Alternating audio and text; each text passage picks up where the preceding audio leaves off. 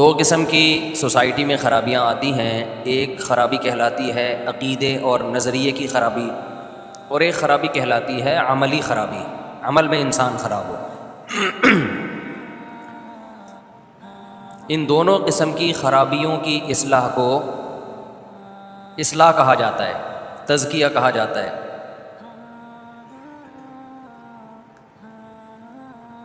ہمیں دنیا میں زندہ رہنے کے لیے، دنیا میں چلنے پھرنے کے لیے بہت ساری غلط چیزوں کو ٹھیک کرنے کی ضرورت ہوتی ہے. باڈی کو صحیح رکھنے کی ہمیں ضرورت پڑتی ہے. اس کے لیے ہمیں حکیموں سے، ڈاکٹروں سے، ماہرین امراض سے ہدایات لینی پڑتی ہیں. خود سے آپ اپنی باڈی کو ٹھیک نہیں رکھ سکتے. الٹا سیدھا کھاتے رہو گے، غلط لائف اسٹائل ہوگا، بالآخر بیمار ہو جاتا ہے انسان. 20 قسم کی بیماریاں لاحق ہو جاتی ہیں. تو جب تک ڈاکٹروں سے یا کوئی ماہر حکیموں کی ہدایات آپ نہیں لوگے، اس زمانے میں آپ کے لیے اپنے آپ کو صحت مند رکھنا ممکن نہیں ہو. اور کمال کی بات یہ ہے کہ جیسے جیسے قیامت قریب آ رہی ہے، انسان مادی اعتبار سے بھی سیدھے راستے سے ہٹ رہا ہے اور روحانی اعتبار سے بھی سیدھے راستے سے ہٹ رہا ہے. دونوں قسم کی خرابیاں آ رہی ہیں. روحانی اعتبار سے سیدھے راستے سے ہٹنا تو سمجھ میں آتا ہے کہ پیغمبروں سے فاصلہ ہمارا بڑھ رہا ہے. بھائی جتنا نبی صلی اللہ علیہ وسلم سے ہم دور ہوتے چلے جائیں گے زمانے کے لحاظ سے، تو نبوت کی تعلیمات کے اثرات بھی کم ہوتے چلے جائیں گے. صحابہ نے نبی کو دیکھا، تابعین نے صحابہ کو، ان کا روحانی طور پہ گمراہ ہونے کا خطرہ کم تھا. ہم تو 1400 سال کے بعد پیدا ہوئے ہیں، ہمارا خطرہ زیادہ ہے، فاصلہ بہت ہو گیا نا. تو مذہبی لحاظ سے سوسائٹی میں خرابی کا آنا اتنا برا نہیں ہے. مادی اعتبار سے سوسائٹی میں خرابی کا آنا یہ سمجھ سے بالاتر ہے. اس کی میں ابھی وجہ بیان کروں گا. پہلے زمانے میں لوگوں کی صحتیں اچھی ہوتی تھیں، اب صحتیں خراب ہو رہی ہیں. پہلے ایسے موٹاپے نہیں ہوتے تھے، اب موٹاپے. پہلے شوگر کے اتنے پیشنٹ نہیں تھے، اب زیادہ ہیں. ہارٹ کے ایسے پیشنٹ نہیں تھے، اب زیادہ ہیں. یہاں ایک سوال پیدا ہوتا ہے، بھائی مادی ترقی تو بڑھ رہی ہے نا. یہ جو میں کہنا چاہ رہا ہوں ایک مثال سے سمجھاتا ہوں، پھر دماغ شریف میں بات انشاءاللہ آئے گی. ہمارے ہاں جامعۃ الرشید میں چند سال پہلے ایک مسئلے پر تحقیق ہو رہی تھی. سب علماء بیٹھے ہوئے تھے، مفتیان کرام بیٹھے ہوئے تھے. آپ کو معلوم ہے کہ چند سال پہلے یہ ایشو کھڑا ہوا تھا کہ کان میں دوا ڈالنے سے روزہ ٹوٹتا ہے یا نہیں ٹوٹتا. ہمارے جتنے قدیم فقہا ہیں تقریباً سبھی یہ لکھتے ہیں کہ کان میں دوا ڈالنے سے روزہ ٹوٹ جاتا ہے. قرآن و حدیث میں اس پر وضاحت سے کوئی بیان ہمیں نہیں ملتا. کچھ لوگ ہو سکتا ہے بیوقوف یہ کہیں کہ جب قرآن حدیث میں نہیں ہے کہ کان میں دوا ڈالنے سے روزہ ٹوٹتا ہے، تو پھر علماء نے کیوں لکھا کہ روزہ ٹوٹتا؟ پہلے کیوں لکھا؟ آج کل نا منجن بہت بک رہا ہے. تو بھائی یہ بھی تو نہیں ہے کہ نہیں ٹوٹتا، یہ بھی تو قرآن حدیث میں کہیں نہیں لکھا نا. تو جب نہ یہ لکھا ہے کہ کان میں دوا ڈالنے سے روزہ ٹوٹتا ہے، نہ یہ لکھا ہے کہ نہیں ٹوٹتا، تو ایسے موقع پہ اجتہاد کیا جاتا ہے. یہ لوگ اکثر دلیل پوچھ رہے ہوتے ہیں نا کہ یہ مسئلہ مفتیوں نے کہہ دیا، قرآن حدیث میں اس کی دلیل دکھاؤ. تو آپ بتا دو ایسا نہیں ہے، اس کی دلیل دکھا دو. کیا خیال ہے بھائی؟ ایسے ایسے پاگل لوگ آ رہے ہیں جن سے لوگ متاثر بہت ہوتے ہیں. میں تو حیران ہوتا ہوں اس پہ، ان اسکالر سے متاثر ہوتے ہیں. آپ ان سے کہہ دو یہ مسئلہ غلط ہے تو یوں بتا دو کہ اس کی کیا دلیل ہے. میں نے مسئلہ بیان کیا نا ایک دفعہ جھینگے کے بارے میں، کیکڑا صحیح نہیں ہے. تو لوگوں نے کہا قرآن حدیث سے بتاؤ کیکڑا کھانا حلال ہے. میں نے کہا آپ بتا دو حرام. ہاں قرآن حدیث سے بتاؤ کہ کیکڑا کھانا ناجائز ہے. میں نے کہا آپ بتا دو کہ جائز ہے. ہم جب قرآن حدیث مانگے نا تو پنچر ہو جاتے ہیں، ہوا نکل جاتی ہے. لوگ کہتے ہیں نا، میں نے ایک کلپ ریکارڈ کروایا تھا کہ کیکڑا کیا ہے فقہ حنفی میں جائز نہیں. لوگ کہتے ہیں اسلام میں بتاؤ، فقہ حنفی نہیں بتاؤ. اسلام میں چونکہ اس کے حلال ہونے کی کوئی دلیل نہیں ہے، اس لیے ابو حنیفہ نے اس کو ناجائز کہا. اسلام کی وجہ سے فقہ حنفی میں آیا ہے مسئلہ، فقہ حنفی کی وجہ سے اسلام میں نہیں گیا. تو فقہ حنفی کوئی اسلام سے الگ کوئی چیز نہیں ہے. اور آپ جو بتا رہے ہیں وہ بھی تو اسلام نہیں ہے نا، وہ بھی تو آپ کی رائے ہے. کیونکہ اسلام تو اس بارے میں، کیکڑے کے بارے میں کیا ہے؟ لفظ کیکڑے کے بارے میں خاموش ہے.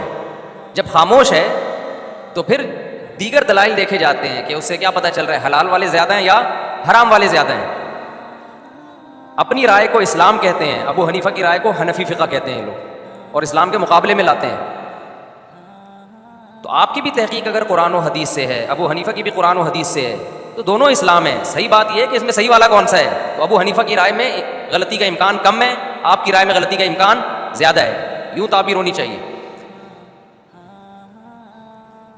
تو جو بولا کرے نا ہم پہ اعتراض کرے یہ لوگ کیکڑا نہیں کھاتے, کہتے ہیں کہ اس کے حالانکہ حلال و حرام کرنا تو صرف اللہ کا کام ہے. آج کل ایسے کلپ آ رہے ہیں, مفتیوں نے کیکڑے کو حرام کر دیا, حالانکہ حلال حرام کرنا کس کا کام ہے, اللہ کا. تو ان سے بولو حلال کرنا بھی اللہ کا, حرام کرنا بھی اللہ کا.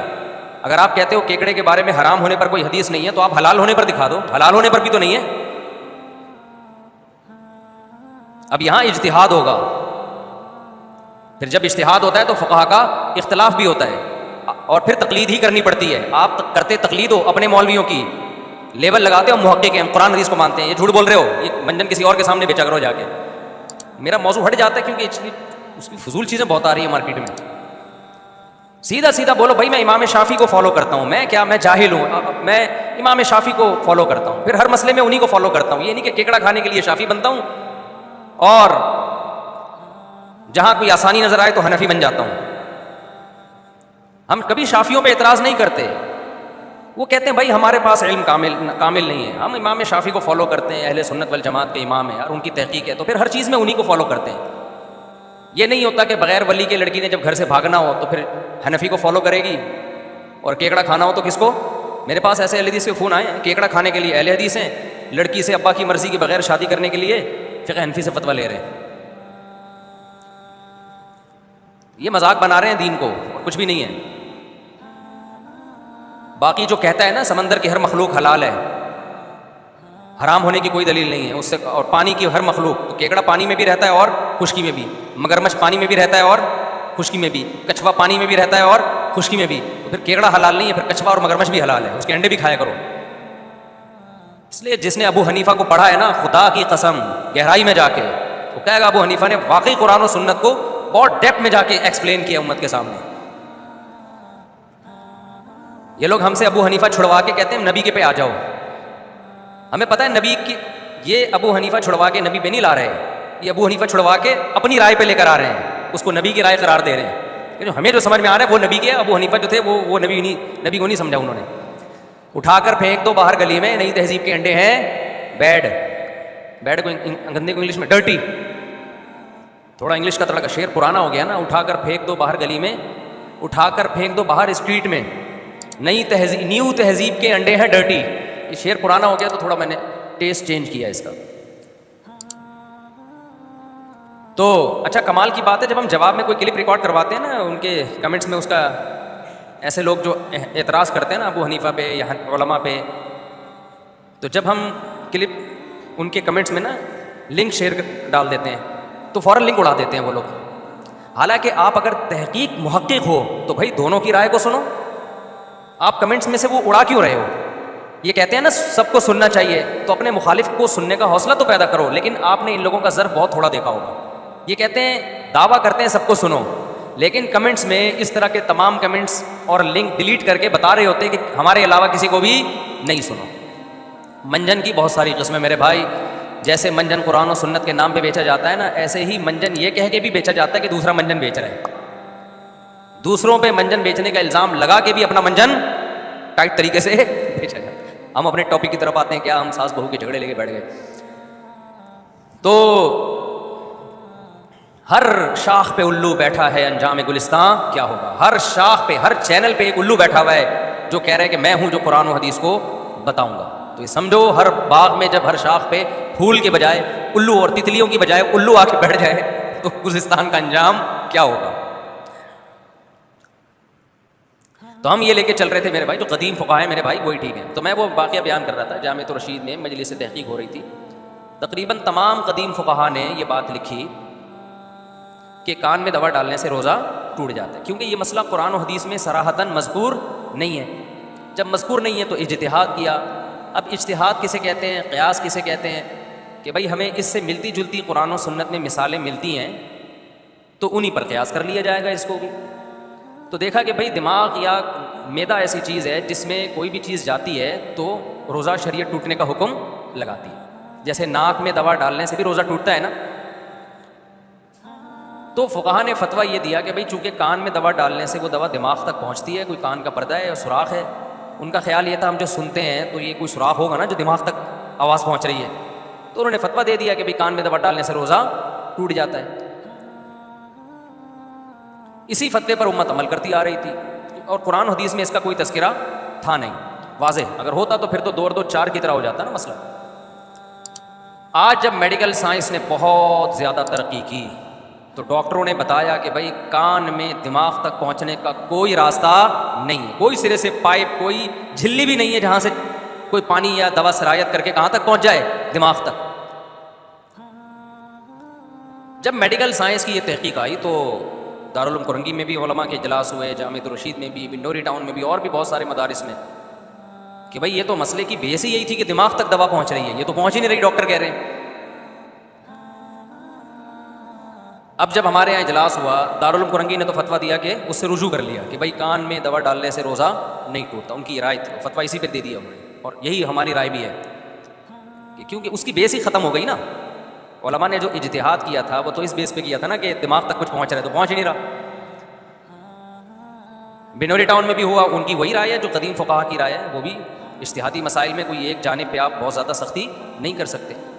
ہمارے جب جامعۃ الرشید میں اجلاس چل رہا تھا تو ایک جو مفتی تھے سینئر, ان کی رائے یہ تھی کہ یہ جو اتنے سارے فقہا نے یہ فتویٰ دیا ہے کہ کان میں دوا ڈالنے سے روزہ نہیں ٹوٹتا, یہ اتنے سارے لوگ غلط تو نہیں, یعنی غلط سے بھی مراد ہے کہ ان کو تو آج کے فقہا ان فقہا کا مقابلہ نہیں کر سکتے. آج کے فقہا کا مطلب ہم لوگ, ہم تو بہت ہی تھوڑے ہو گئے, یعنی جو سینئر لوگ ہیں, لہذا ان کی رائے کو فالو کیا جائے. ایک اور بڑے مفتی ہیں ہمارے یہاں, انہوں نے بڑی بہترین بات کی. انہوں نے کہا جیسے آج کے فقہا ان فقہا کے برابر نہیں ہو سکتے ذہانت میں, تفقہ میں, لیکن اس زمانے کے طبیب آج کے طبیبوں کے برابر, آج کے ڈاکٹروں کے برابر نہیں ہو سکتے. آج میڈیکل سائنس بہت ترقی کر چکی ہے, تو ہم جو اس فتوے سے رجوع کر رہے ہیں اس کی بیس یہ نہیں ہے کہ ان علماء کو ہم غلط کہہ رہے ہیں, قدیم فقہا کو, کہ ان کو نہیں پتا تھا, بلکہ ان حکیموں کو ہم غلط کہہ رہے ہیں کہ ان کو نہیں پتا تھا. وہ سمجھتے تھے کہ کان سے دوا پہنچ جاتی ہے دماغ تک. اس میں ان فقہا کی کوئی انسلٹ نہیں ہے, انسلٹ میڈیکل سائنس کی ایک ترقی کا اعتراف کرنا ہے. میں سمجھا پا رہا ہوں اپنی بات؟ کہ ان علماء پہ اعتراض نہیں ہے, ان کو تو جو ڈاکٹروں نے اس زمانے کے کہہ دیا انہوں نے فتویٰ دے دیا.